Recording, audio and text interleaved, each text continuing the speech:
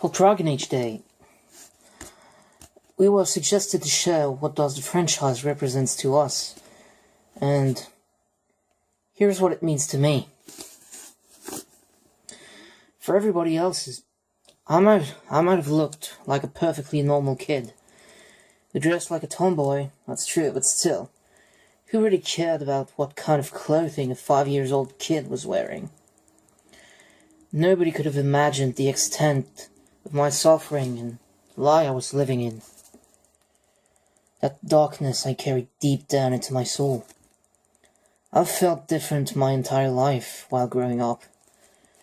My mother and I didn't really have a great relationship because she never listened to what I said to her.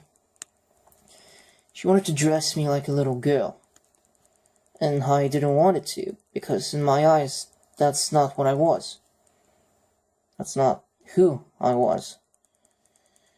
I wanted to play with Hot Wheels and knights and castles, not Barbies and their houses and cars. I always ended up going shopping clothes, only with my dad because he didn't care one bit if I wanted a t-shirt with a dinosaur instead of flowers or butterflies and pink clothing. When I arrived in high school, I discovered the Dragon Age franchise. It came out throughout my high school years and helped me realize and accept a lot of things about myself. I remember how Hallister helped me keep myself from falling apart when my dad got diagnosed with cancer 5 years ago. His funny personality helped me stay happy at the time. Hallister, Steve Valentine's voice, precisely, literally saved my life. I love Hallister so much. Well, the situation with my mother never been the same as the one I had with my dad. My dad always been open-minded and accepting as who I was.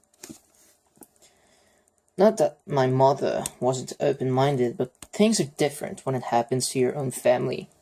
She told me that once. It wasn't about my sexuality, but rather my identity. I was a girl at that time, but always felt different and didn't know why for a long, long time, until I were able to label it as being a transgender. The first time I spoke of it with my mother, awful things were said. "It's like you were dead," she said, among other things. I had therapy for some years, and having the therapy helped me realize who I was, but there was something that even therapy couldn't do, that Dragon Age games managed to do, and it was to make me feel proud of myself.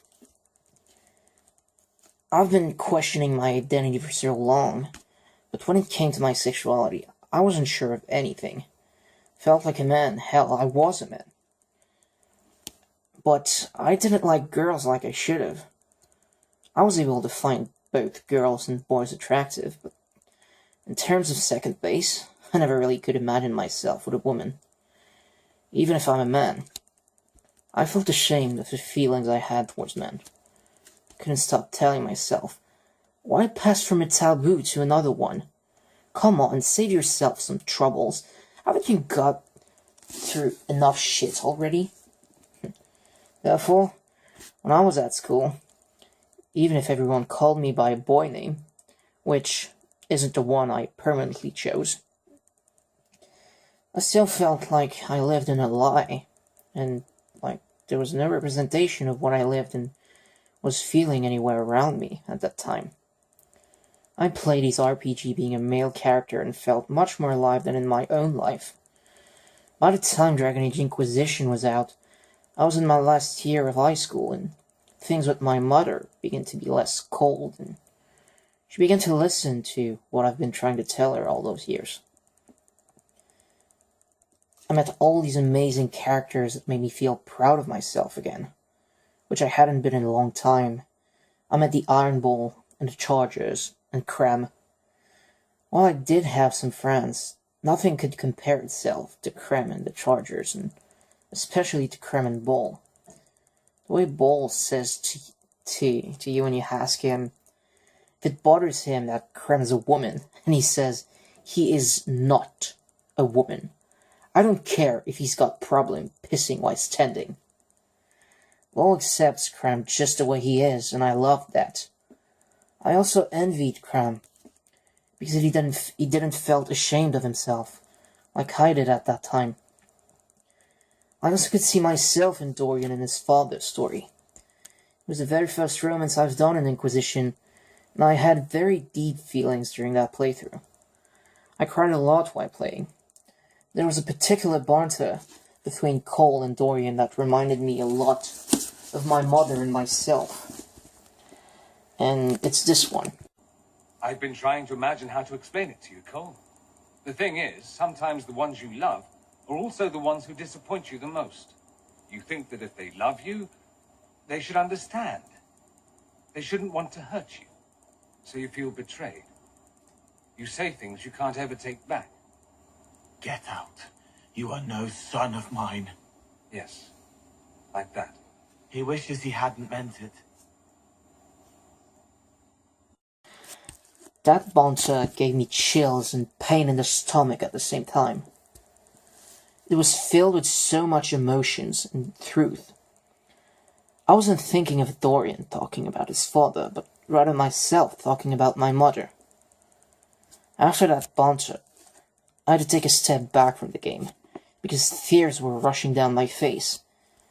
I was crying like I never did in a very long time. My dad heard me and knocked on my door and asked if I was alright, and told him that Dorian made me cry and he didn't understand, and I explained to him what just happened, and he gave me a big hug, and that my mother would eventually hear what I was trying to explain to her. He was right. It took time, but she eventually realized that what I was saying to her was really important, and that I meant every word I said. It wasn't just a phase. It wasn't going to just disappear after a day or two. It has been the struggle of what I felt like an entire lifetime. She realized that she preferred having a son that was alive rather than a daughter who would have died. I wasn't happy with who I was, and for parents, the most important things is the happiness of their children, right? People, know that whoever you are and wherever you are, you're not alone. You have a whole community to support you when you need it. I wasn't sure if I'd share this story with you in the beginning, but I told myself that if my story could send a message, even if it was for only a single person, it would have worth it. Dragon Age games are ultimately games about making decisions, and you should always remember to live your life the same way, because, after all, you only have one life, and you have to be proud of the choices you make. Cheers. Simon. Postscriptum. English isn't my first language. I'm sorry if there are mistakes or if some passages are hard to understand. I'm sorry. Goodbye.